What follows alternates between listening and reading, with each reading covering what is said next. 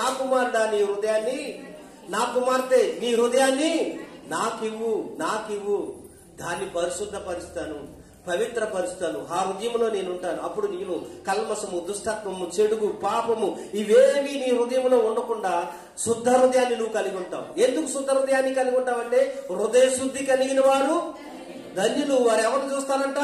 దేవుణ్ణి చూస్తారు. మీరు హృదయ శుద్ధి లేకపోతే అమ్మా మీకు హృదయ శుద్ధి లేదు, ఇప్పుడు దేవుని చూడగలుగుతారా?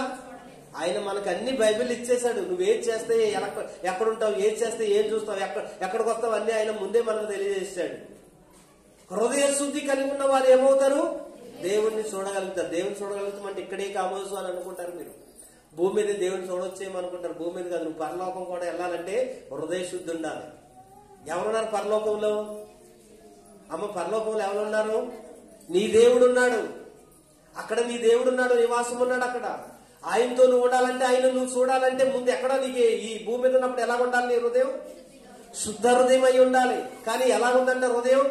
ఇర్మియా 17:9 అంటాడు కదా అమ్మ, ఎలా ఉందంట హృదయము అన్నిటికంటే మోసకరంగా ఉన్నదంట ఈ దినాల్లో. ప్రజలు ఈ దినాల్లో కదా అప్పుడే ఉన్నదని చెప్తున్నాడు ఇర్మియా గారు. ఆయన ఎలా ఉందంటే మనుషుల యొక్క హృదయం అన్నిటికన్నా కూడా మోసకరంగా ఉంది. హృదయం అన్నిటికంటే మోసకరమైనది, అది ఘోరమైన వ్యాధి కలిగినది, దాన్ని గ్రహించగలివాడు ఎవరు అని మాట్లాడుతా ఉన్నాడు అక్కడ. దేవుడే మాట్లాడుతాడు ఇర్మియా ద్వారా. అది ఘోరమైనటువంటి వ్యాధి అంట. అంటే ఈ భూమి మీద అనేక రకాలైనటువంటి వ్యాధులు ఉన్నాయి. కుష్టున్నాయి, ముస్తుంది, అన్ని ఉన్నాయి, ఎయిడ్స్ ఉన్నాయి, ఆ రకాలు ఈ రకాలు అన్ని ఉన్నాయి. కానీ ఈ హృదయానికి ఉన్నటువంటి వ్యాధిని పేరు పెట్టడానికి కూడా వీలైనటువంటి ఘోరమైనటువంటి వ్యాధి అంటది. కాబట్టి బయలుదేరే అన్ని కూడా మనసులోంచి బయటికి వెళ్ళే అన్ని కూడా ఎక్కడి నుంచి వెళ్తాయంట అమ్మ? ఎక్కడి నుంచి వెళ్తాయి? మన హృదయంలో నుంచే బయటికి వెళ్తాయంట. అందుకని యేసయ్య అన్నాడు, హృదయంలో నుంచి బయటికి వెళ్ళేవి మిమ్మల్ని అపవిత్రపరుస్తాయి, కానీ బయట నుంచి లోపలికి వెళ్ళేది ఏది మిమ్మల్ని అపవిత్రపరచదు. కొంతమంది అంటారు, బాబు తినేస్తున్నాడు బాబు, తినేస్తున్నాడు బాబు అంటారు. తినేసిన దాన్ని బట్టి నువ్వేమో అపవిత్రపరచబడిపోవు. కానీ నువ్వు అపవిత్రపరచబడేది ఎప్పుడో తెలుసా? నీ హృదయంలోంచి వస్తాయి చూడు బయటికి, వాటి ద్వారానే నువ్వు అపవిత్రపరచబడతావు. అది దుష్టత్వం, చెడుగు, కలంకము, నానా రకాలైనటువంటి మత్సరము, వేశ్యాంగాలు, దూషణలు, అసూయలు, అల్లర్లు, మత్తతులు, అల్లర్లతో కూడిన ఆటపాటలు, ఇవన్నీ కూడా ఎక్కడి నుంచి వస్తాయి తెలుసా? మనిషికి లోపల నుంచే వస్తాయి, హృదయంలో నుంచే వస్తుంది. కాబట్టి దేవుడు అడుగుతున్నాడు, నీ హృదయం శుద్ధిగా ఉండాలి. శుద్ధి చేయబడినటువంటి ఆ హృదయము నాకు నువ్వు ఇవ్వు చాలు, అంతే. దేవునికి మహిమ కలుగును గాక. హల్లెలూయా. మనం హృదయాన్ని ఇచ్చిన వారం అయితే ఏం చేస్తాం చెప్పండి? దేవుణ్ణి ప్రేమిస్తాం. మనం దేవునికి హృదయాన్ని ఇచ్చిన వారం అయితే మనం ఏం చేస్తాము?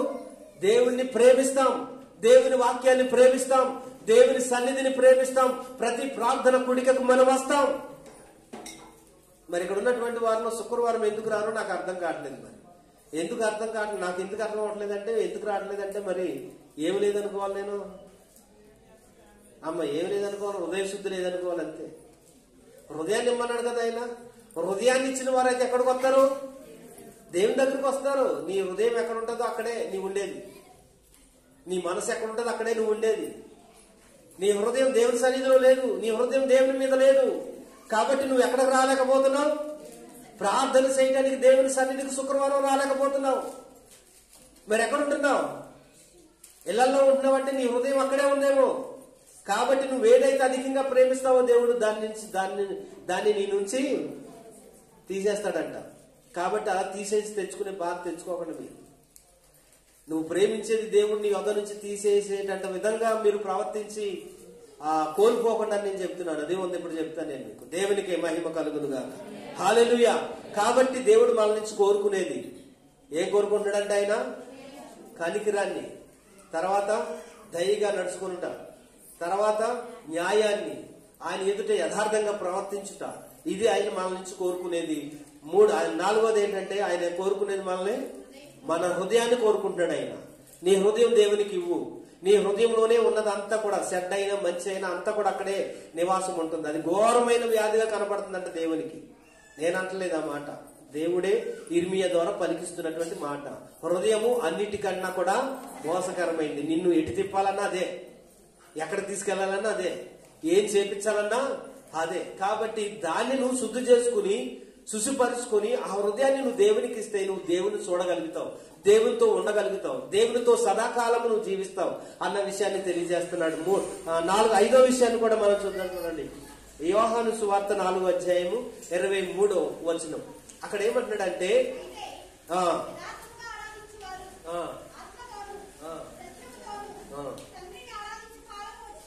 దేవునికి మహిమ కలుగును గాక. దేవునికి కావాల్సింది ఏంటంట? ఆత్మతోనూ సత్యముతోనూ ఆరాధించేటటువంటి వారు కావాలంట. ఆయన ఎవరు కావాలమ్మా?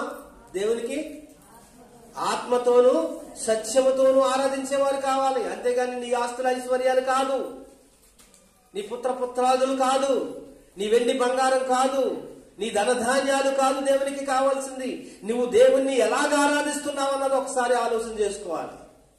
నువ్వు ఆత్మతో సత్యంతో ఆరాధించేటటువంటి విధంగా నువ్వు ఉన్నావా? అందుకని అంటాడు, అమ్మా ఒక కాలం వస్తుంది, ఏసే అంటాడు, ఆ సంరయిస్తుంది, ఒక కాలం వస్తుంది ఇక్కడ ఎవరు నన్ను ఆరాధించరు. ఆరాధించువారు ఎలాగుంటారంట? ఆత్మతోనూ సత్యముతోనూ ఆరాధించువారు ఉంటారు. అటువంటి వారు నాకు కావాలి. దేవునికి మహిమ కలుగును గాక. ఈ దినాల్లో కొన్ని సంఘాల్లో, అంటే నేను చెప్పటం అంత మంచిది కాదేమో కానీ మీకు తెలుసు, కొన్ని సంఘాల్లో ఆత్మతో సత్యంతో ఆరాధించే అవకాశము ఉండదు. ఎప్పుడు ఒక బుక్కే ఉంటుంది ఆమెకి ఆరాధన, అది మాత్రం దాటరు, ఇంకా బుక్ దాటరు.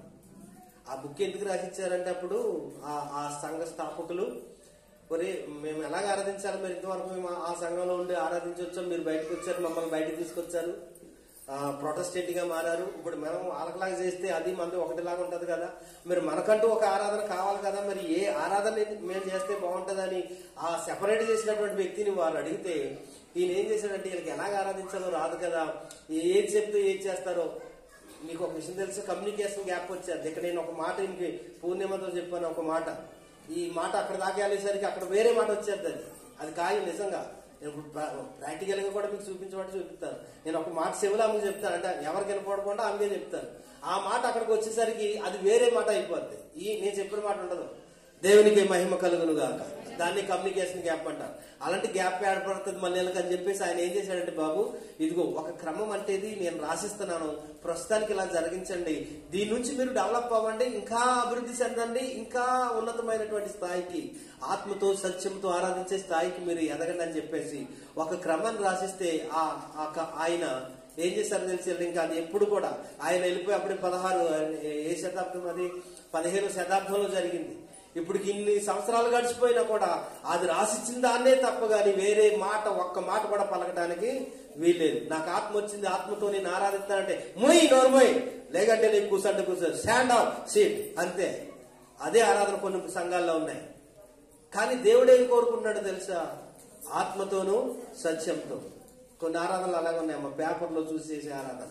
మన పేపర్లో చూసి చేసే ఆరాధన కాదు. మనం దేవుణ్ణి ఆత్మతో సత్యంతో, నీకేది వచ్చిందో హృదయంలో నుంచి, నీకేమనిపిస్తుందో, ఎలాగ ఆరాధిస్తాలనిపిస్తుందో, నీవు చేసిన మేలు ఏ రీతిగా నువ్వు జ్ఞాపకం చేసుకుని ఆయన ఆరాధన చేయాలనిపిస్తుందో అది ఆరాధనలో నువ్వు చేయొచ్చు. దాన్నే ఆత్మతో సత్యంతో ఆరాధించడం అంటే.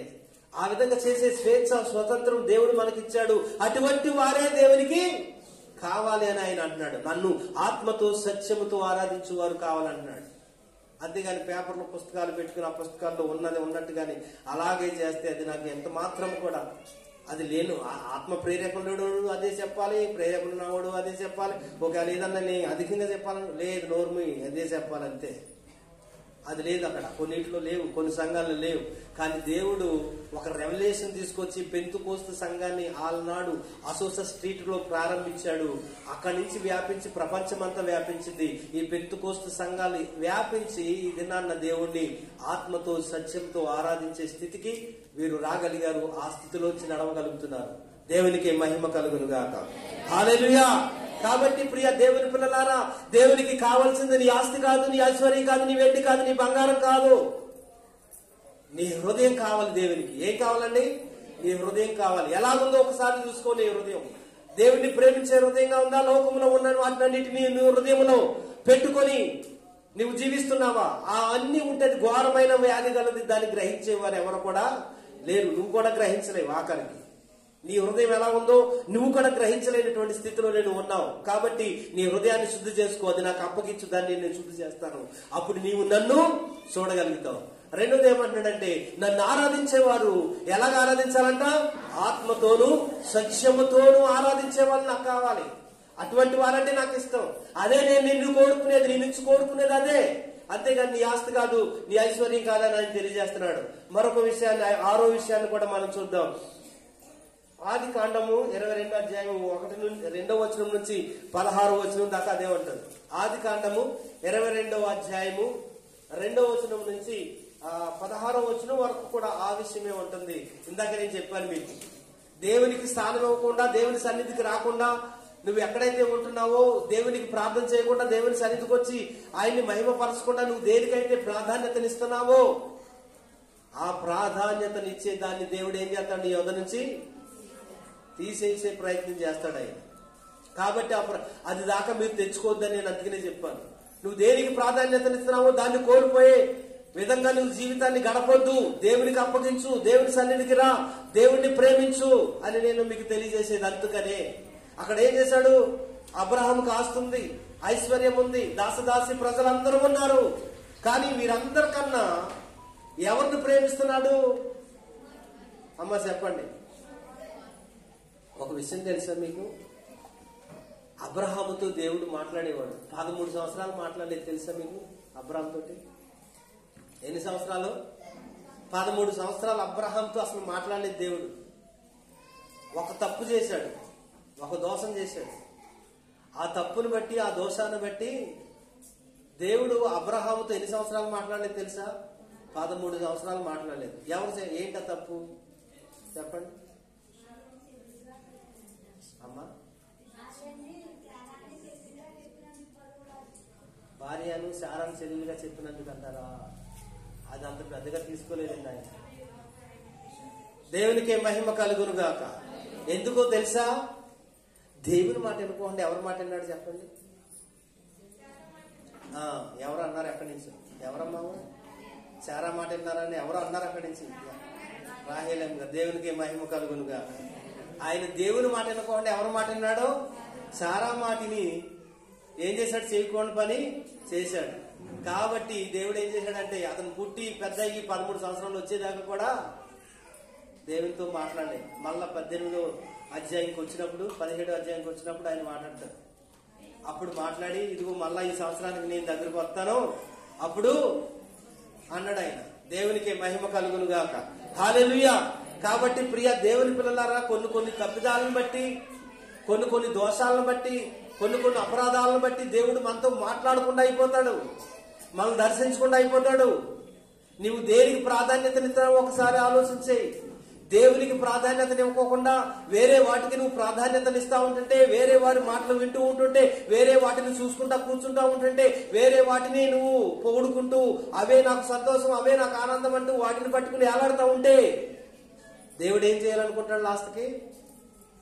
అమ్మ చెప్పండి. దాన్ని నీ నుంచి తీసేయాలనుకుంటాడు ఆయన. మరి ఆ స్థితి నువ్వు తెచ్చుకోకుండా, నీకేదున్నా ఏది లేకపోయినా ఎవరి మీద ఆధారపడి ఉండాలి, ఎవరిని ప్రేమించాలి, ఎవరికి లోబడి ఉండాలి, ఎవరి దగ్గరికి రావాలి? దేవుని దగ్గరికి నువ్వు రావాలి. కాబట్టి మీకు ముందుగానే చెప్తున్నాను అమ్మలారా, శుక్రవారం దేవుని దగ్గరికి రండి. రాకపోతే మీరు దేని బట్టి సంతోషిస్తున్నారో, దేని చూస్తూ ఆనందిస్తున్నారో, దేని బట్టి మీరు ఉప్పొంగుతున్నారో అవి మీ యొద్ద నుంచి తీసివేయబడతాయని నేను మీకు తెలియజేస్తున్నాను. దేవునికే మహిమ కలుగును గాక. హల్లెలూయా. కాబట్టి ఇక్కడ అబ్రహాం గారికి లేక పుట్టాడండి ఒక ఆయన. ఎవరండి ఆయన? ఇస్సాకు గారిని పుట్టాడు. ఇంకా దేవుని మర్చిపోయాడు. మళ్ళీ అక్కడ ఇస్సాకు గారిని పుట్టిదండి. ఎంత సంతోషం వచ్చేసిందో అబ్రహాం గారికి, సారా గారికి. ముసలితనంలో, ముసలోళ్ళ వయసులో నాకు పిల్లలు పుట్టారని చెప్పి ఇంకా అల్లారు ముద్దుగా ముక్కులో పొక్కులాగా అంటారు కదా చాలా మంది. ఎలా పెంచుకుంటున్నారంటే, ముక్కులో పొక్కులాగా పెంచుకుంటున్నామండి మేము పిల్లోడిని అంటారు. అలా పెంచుకుంటారనమాట. మొత్తం అన్ని ఆయన మీద ఆశ పెట్టుకున్నారు. ఇంకా దేవుని మర్చిపోయాడు పాపం. ఎవరు? అబ్రహాం గారు. ఆయన మాట వింటలేదు, స్వరం వింటలేదు, ఒక విజ్ఞాపన లేదు, ఒక బలిపీఠం లేదు, ఒక అర్పణ లేదు, ఏమీ లేదు. ఇంకా మురిసిపోతా ఉన్నాడు. ఎన్ని సంవత్సరాలు చూశాడు? ఎన్ని సంవత్సరాలు చూశాడు? 13 సంవత్సరాలు చూశాడు. మళ్ళీ ఏమైనా మాట్లాడతాడేమని. ఏం చేశాడు? అసలు మాట్లాడితే బట్టే అలా కదా అబ్రాహ్మా, నీకు ఒక పని చెప్తాను రా. ఏంటి ఆ పని అంటే, నువ్వు నీకు ఏకగాక పుట్టినటువంటి ఏకైక కుమారుని తీసుకొని వచ్చి ఏం చేయాలి? నాకు నువ్వు మౌర్య పర్వతం మీద బలిగా అర్పించని చెప్పినప్పటికి వచ్చింది. గుండెలో రాయడిపోయింది. మరి అదే ముందు నుంచి ఉంటే ఆ బాధ లేకపోయేది కదా ఆయనకి. ఇప్పుడు ఎన్ని బాధలు వచ్చినాయో ఆయనకి. అది అసలు విషయం ఎవరితో చెప్పలేదు, మళ్ళా ఆమెతో చెప్పలేదు. ఈమె ఎక్కడ అసలు వెళ్ళలేస్తుందా? ముసలోడ నీకు పని పాటలేదు, ఆయన బలి అర్పించమంటే ఏంటి, నీ కాలు ఏర్పడతాను ఇక్కడ కూర్చుంటుందా? నా కొడుకుని తీసుకుపోయి బలి అర్పిస్తావా, నీకు అంతకన్నా బుద్ధి జ్ఞానం లేదా అని, నీ కాళ్ళు ఏర్పడతాను ముసలోడు నువ్వు ఇక్కడికి గదిలావు అంటుంది. కాబట్టి ఆమెతో చెప్పలేదు. ఆమె సారమ్మ గారితో చెప్పలేదు, మేము దేవునికి మోరియా పర్వతం బలి అర్పించాలి, అందుకు నా కుమారుడు నేను వెళ్ళాలి, కట్టెలు గాడిదలు అన్ని సిద్ధం చేసుకుని వెళ్దాము అని చెప్పి ఆమెకు అబద్ధం చెప్పి వచ్చాడండి. ఆయన అబద్ధం చెప్పి తీసుకొచ్చి బలి అర్పించడానికి ఎన్ని బాధలు పడ్డాడో పాపం అబ్రహాం గారు, ఎంత దుఃఖపడి ఉంటాడు. అమ్మ మీకు ఏకైక కుమారుని ఒక్క కుమారుని, అది నిండు వృద్ధాప్యంలో దేవుడు మీకు ఇచ్చినప్పుడు ఆ కుమారుని తీసుకెళ్లి నాకు బలి అర్పించమంటే ఎలా ఉంటుంది మీ పరిస్థితి? ఆలోచించండి ఒకసారి.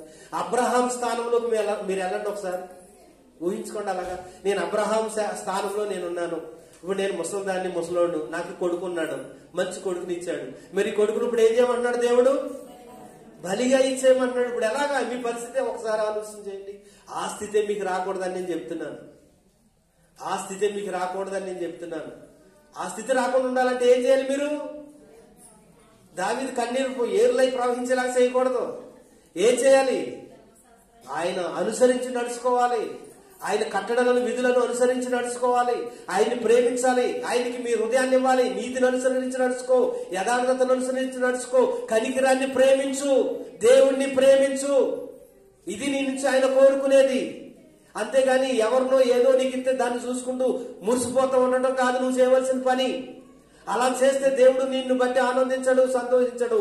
ఆఖరికి దాన్నే నీ యొద్ద నుంచి తీసేయవలసినటువంటి పరిస్థితి నీకు వస్తుంది. ఆ స్థితి రాకుండా ముందుగానే చక్కబెట్టుకోవాలి. మన జీవితాలను చక్కబెట్టుకోవాలి. దేవుణ్ణి ప్రేమించాలి. మన హృదయం దేవునికి ఇవ్వాలి. అదే నీ నుంచి కోరుకునే దేవుడు. దేవునికి మహిమ కలుగును గాక. హల్లెలూయా. మరొక విషయాన్ని కూడా మనం చూద్దాం. యెహెజ్కేలు గ్రంథము 22వ అధ్యాయము 30వ వచనం. యెహెజ్కేలు గ్రంథం 22వ అధ్యాయము 30వ వచనంలో ఎవరు కావాలి ఆయనకి, ఎటువంటి వారు కావాలి ఆయనకి చెప్తున్నాడు. అమ్మా, ఇప్పుడు దేవుడు అంటున్నాడు, నేను దేశాన్ని పాడు చేయాలనుకుంటున్నాను. నేను దేశమును పాడు చేయకుండా ఉండునట్లు ప్రాకారములను దిట్టపరుచుటకును, బద్దలైన సందులలో నిలుచుటకును తగినవాడు ఎవడని నేను ఎంత విచారించినను ఒకడైనను నాకు కనపడలేదు అంటున్నాడు ఆయన. అమ్మా వింటున్నారా నా మాట? ఈ దేశాన్ని నేను పాడు చేయకుండా ఉండాలి అంటే ఈ ప్రాకారములను దిట్టపరచడానికి, పాడైపోయిన ఈ బండసందుల మధ్య ఎవరైనా ఒకరు నిలబడి ఈ దేశం కొరకు, ఈ ప్రజల కొరకు ప్రార్థన చేసేవాడు ఎవడైనా ఉన్నాడా అని నేను నా కనుదృష్టిని అంతటిని మీ మీద నుంచి చూసినా కూడా నాకు ఎవరు కనపడతలేదు? ఒక్కరు కూడా నాకు కనపడతలేదంట. ఎవరంట? బండ సందుల మధ్య నిలబడి నిలిచి ప్రార్థన చేసేవాడు ఎవరు కనపడతలేదంట. అంటే దీని అర్థం ఏంటంటే, ఉదాహరణ నేను మీకు చెప్తాను. నీనేవే పట్టణాన్ని దేవుడు పాడు చేయాలనుకున్నాడండి. అమ్మా, నీనేవే పట్టణాన్ని దేవుడు పాడు చేయాలనుకున్నప్పుడు ఎవరిని పంపించాడు? ఈయన బండ సందుల మధ్య నిలబడినటువంటి వ్యక్తి అనుకోవాలి. ఇప్పుడు మనం ఎవరైనా యోనా గారు ఈయన పంపించాడు. ఎందుకంటే ఆయన ప్రేమ కలిగిన దేవుడు అండి. ఏది ఒకేసారి చేసాడు. ఆయన ముందుగా చెప్తాడు, అయ్యో నీ పరిస్థితిది, నీ స్థితిది సరి చేసుకున్నావా బాగుపడతావు, సరి చేసుకోకపోతే నాశనం అయిపోతావు, కాబట్టి సరి చేసుకో అని చెప్పడానికి ప్రవక్తల్ని, సేవకుల్ని నీ మధ్యకు పంపుతాడు. నీ జీవితాన్ని సరి చేసుకుంటావేమో అని, నీ బ్రతుకు సరి చేసుకుంటావేమో అని, నీ కుటుంబాన్ని కట్టుకుంటావేమో అని దేవుడు నీ యొక్క సేవకుల్ని పంపించి వారితో నీతో మాట్లాడతాడు. ఇలా నడవండి, ఇలా ప్రవర్తించండి, ఇలా చేయండి, దేవునికి ఇలా లోబడండి, అప్పుడు మీరు బాగుపడతారు, విస్తరిస్తారు, ఆశీర్వదింపబడతారు, మీ దీవెన ఆశీర్వాదకరంగా మారబడుతుందని దేవుడు మీతో మాట్లాడటానికి ముందుగా తన సేవకులు మీ యొద్దకు పంపిస్తాడు. ఎందుకంటే పాడైపోయినటువంటి స్థితిలో ఉన్నటువంటి ఆ దేశమైన, రాజ్యమైన, ప్రాంతమైన, సంఘమైన, కుటుంబమైన కూడా ఆ కుటుంబం కొరకు ప్రార్థించేటటువంటి వాడు, బండ సందుల మధ్య నిలబడి ప్రార్థించేటటువంటి వాడు ఎవడైనా కలడేమో అని నేను విచారించి నా కన్ను దృష్టి అంత పెట్టి చూసినా ఒక్కడు కూడా నాకు కనబడేటటువంటి వాడిగా లేడు. కాబట్టి నేను పాడు చేయవలసిన పరిస్థితి వస్తుంది. కాబట్టి బండ సందుల మధ్య నిలబడి ప్రార్థన చేసేటటువంటి వారు నాకు కావాలి. పాడైపోయిన కుటుంబాల కొరకు ప్రార్థన చేసేవారు నాకు కావాలి. పాడైపోయిన సంఘం కొరకు ప్రార్థన చేసేవారు నాకు కావాలి. పాడైపోయిన సమాజం కొరకు ప్రార్థన చేసేవారు నాకు కావాలి. అబ్రహాం కూడా అడిగాడండి. అడిగాడా లేదా? దేనికోసం? సొదొమ గొమొర్రా పట్టణం కోసం. కానీ స్థితి దాటిపోయింది. దాటిపోయినా అక్కడ ఎవరు లేరంట? 10 మంది కూడా లేరు. 10 మంది కూడా లేరు అక్కడ. 50 నుంచి వచ్చాడు. 50, 40, 30, 20, 10. ఇంకా అడగటానికి కూడా అతనికి ఏం లేదు, ముఖం సెలలేదు అనమాట. ఎంతమంది జనాభా ఉంది ఆ దినాల్లో? ఒక 50 లక్షల మంది జనాభా ఉండొచ్చు సొదొమ గొమొర్రా పట్టణంలో. కానీ అంతమందిలో కూడా ఎవరు లేరు. ఆ బండ సందుల మధ్య నిలబడి ఈ పాడైపోతున్న ఈ పట్టణాన్ని బాగు చేయ ప్రభువా, ఈ ప్రజలను బాగు చేయ ప్రభువా, ఈ పట్టణాన్ని కాపాడు ప్రభు అని అడిగేటటువంటి వారు ఎవరు కూడా ఆ పట్టణంలో లేరు. ఆ పట్టణంలో లేరు ఎవరు కూడా. ఆ పట్టణంలో లేరు ఎవరు కూడా. కాబట్టి ఉన్న ఒకే ఒకటి అతను కూడా అడగలేదనుకో. అడగకపోయినా ఎలా జీవించాడు? నీతిగా జీవించాడు. కాబట్టి ఏం చేశాడు? నీతిమంతులను ఎప్పుడు కూడా అందులో పడినవాడు. ఆయన గుంటలో పడినవాడు. ఆయన ఎప్పుడు తప్పిస్తాడు. అందుకే నేను నీ నుంచి కోరుకునేది నీతిని, న్యాయమును, కనికరాన్ని కదా నేను కోరుకునేది అంటున్నాడు ఆయన.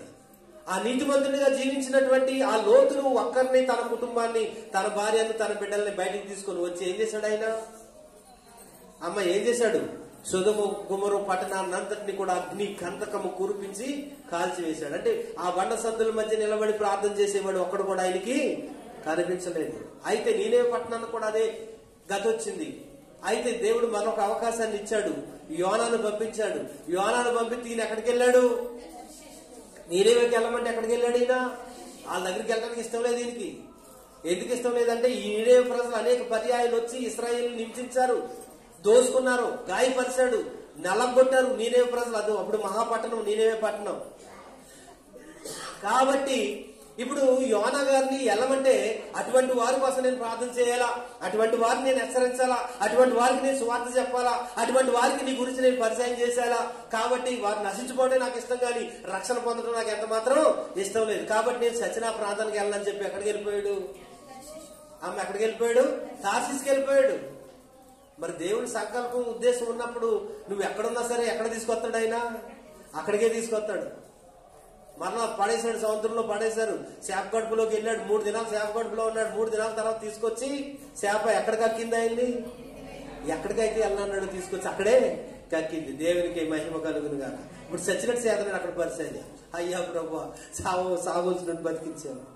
చేప కడుపులో నాసు మధ్య, పీసు మధ్య ఈ దినాలు 3 దినాలు నేను బతుకున్నానంటే నీ మహాప్రభయ్య.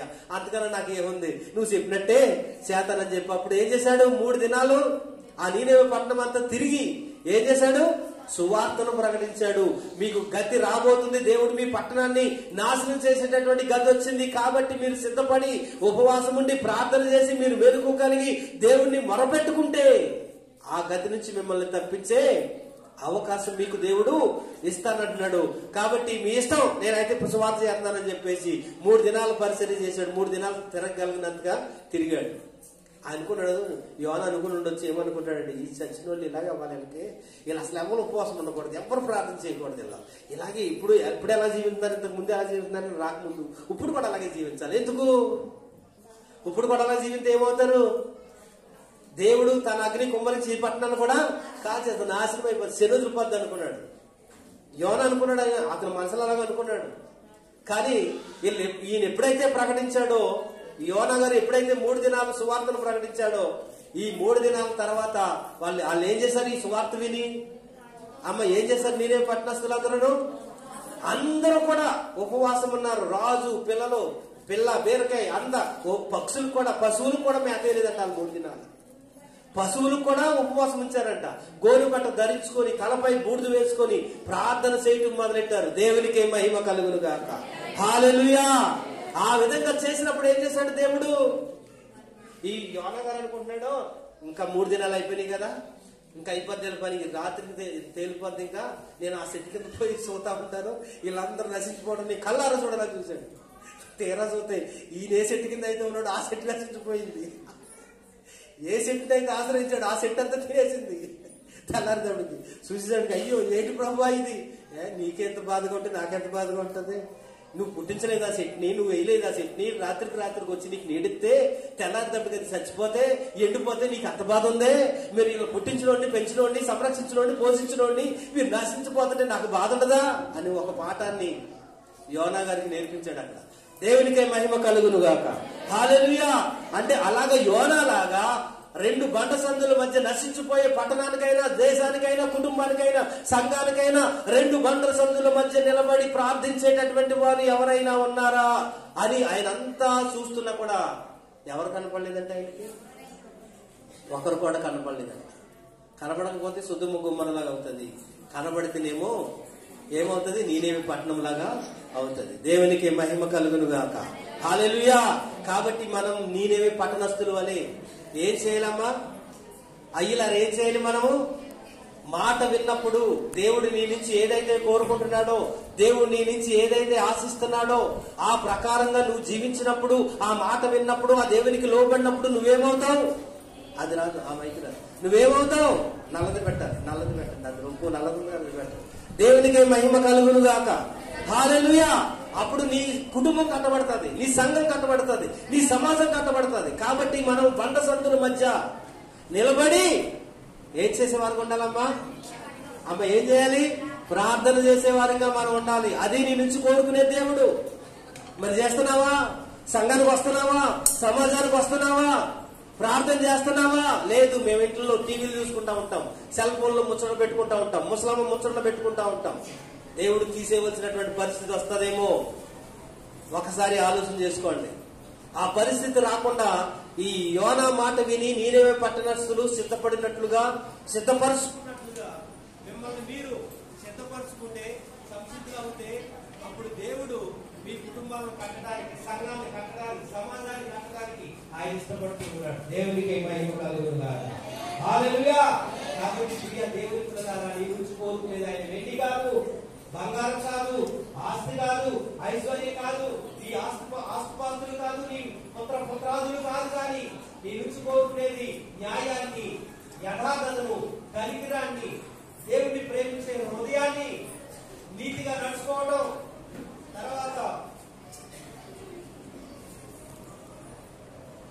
ఆత్మలో సత్యంతో దేవుడిని ఆరాధించే హృదయం కలిగి ఉండటం, మనసు కలిగి ఉండటం, ఇవి దేవుడిని నుంచి కోరుకునేటటువంటి విధంగా ఉన్నాడు. తర్వాత చివరిగా మరొక మాట చూద్దాం.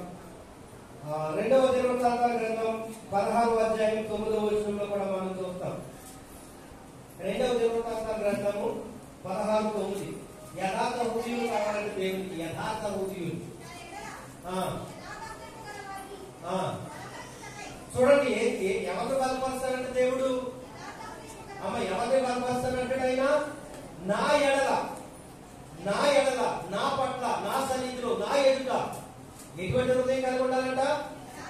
యథార్థ హృదయాన్ని కలిగి ఉండాలి. మోసకరమైన హృదయం కాదు, కపటమైన హృదయం కాదు, ద్వేషంతో కూడిన హృదయం కాదు, కలహాలతో కూడిన హృదయం కాదు, కక్షలతో కూడిన హృదయం కాదు. నా ఎదుట ఎటువంటి హృదయం కలిగినటువంటి వాడు ఉండాలి?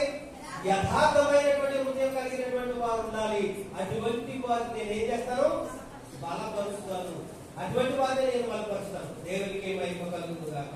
వారికి బలాన్ని ఇస్తాను, వారికి శక్తిని ఇస్తాను, వారికి ఆరోగ్యాన్ని ఇస్తాను, వారికి ఐశ్వర్యాన్ని ఇస్తాను, వారికి ఆనందాన్ని ఇస్తాను, వారికి సంతోషాన్ని ఇస్తాను. ఎవరికంటే నా ఎడల యథార్థమైనటువంటి హృదయము కలిగినటువంటి వారిని. మరొక మాట కూడా గుర్తు చేస్తాను చూడండి.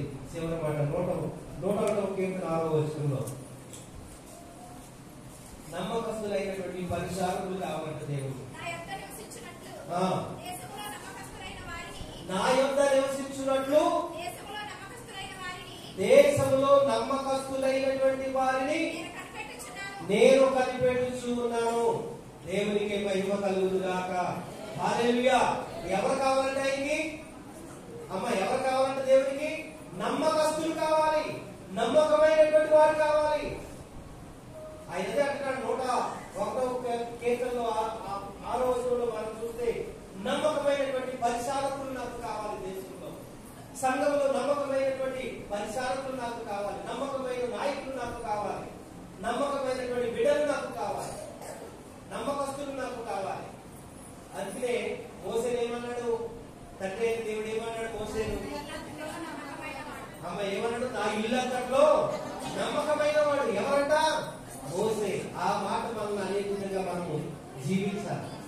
ఆ విధమైనటువంటి ప్రవర్తన మనం కలిగి ఉండాలి. మోసే నా ఇల్లంతట్లో నమ్మకమైన వాడు. ఇంకేమన్నాడు తెలుసా? మోసే మిక్కిలి సాత్వికుడు. పర్లేదు, కూర్చోండి ఏం కాదు, ఏర్పడుతుంది అన్నమాట. మోసే ఎటువంటి వాడంట? మిక్కిలి సాత్వికుడు, నమ్మకమైనటువంటి వాడు. దేవునికే మహిమ కలుగును గాక. హల్లెలూయా. కాబట్టి ప్రియ దేవుని పిల్లలారా, దేవుడిని నుంచి కోరుకునే ఏంటో ఈ దినాన ఆయన మీకు తెలియజేశాడు. దేవుడు నీ నుంచి కోరుకునేది ఏంటో దేవుడు ఈ దినాన మీకు తెలియజేశాడు. నీ ఆస్తి కాదు, నీ ఐశ్వర్యం కాదు, నీ వెండి కాదు, కాదు, నీ కూతుర్లు కాదు, నీకున్నటువంటి ఆస్తుపాస్తులు ఏవి ఆయన కోరుకుంటున్నది అవేవి ఆయన సంతోషపరచవు, అవేవి ఆయన ఆనందపరచలేవు, అవేవి ఆయనకు ఇష్టం కాదు. నీ నుంచి కోరుకునేది న్యాయంగా నడుచుకోవటం, యథార్థంగా నడుచుకోవటం, కనికరాన్ని ప్రేమించటం, ఆయన ఎదుట నువ్వు నమ్మకంగా ఉండటం, హృదయ శుద్ధి కలిగి ఉండటం, ఆ హృదయాన్ని దేవునికి ఇవ్వటం. ఇంకా ఏమున్నాయి? ఆత్మతో సత్యముతో దేవుణ్ణి ఆరాధించేటటువంటి వారిగా మీరు ఉండటాన్ని ఆయన కోరుకుంటున్నాడు. ఇటువంటి గుణ లక్షణాలను మనం కలిగి ఉంటే దేవుడిని సంతోషపరిచే వారంగా ఉంటాం. దేవుడు మనల్ని దీవిస్తాడు, ఆశీర్వాదిస్తాడు, అభివృద్ధి పరుస్తాడు, విస్తరింపజేస్తాడు. మీ ప్రతి అవసరాన్ని కూడా ఆయన తీర్చేవాడుగా ఉంటాడు. అటు కృపా దేవాది దేవుడు మీ అందరికి ఇవ్వాలని మనసారా ఆశిస్తూ ఈ మాటలు ఇంతటితో ముగిస్తున్నాను. దేవుడు మిమ్మల్ని దీవించి ఆశీర్వాదించును గాక. ఆమేన్. విన్న ఈ మాటలను బట్టి ప్రేరేపితులైనటువంటి వారు ఎవరైనా ఒకరు ప్రార్థన చేస్తే చేయాలని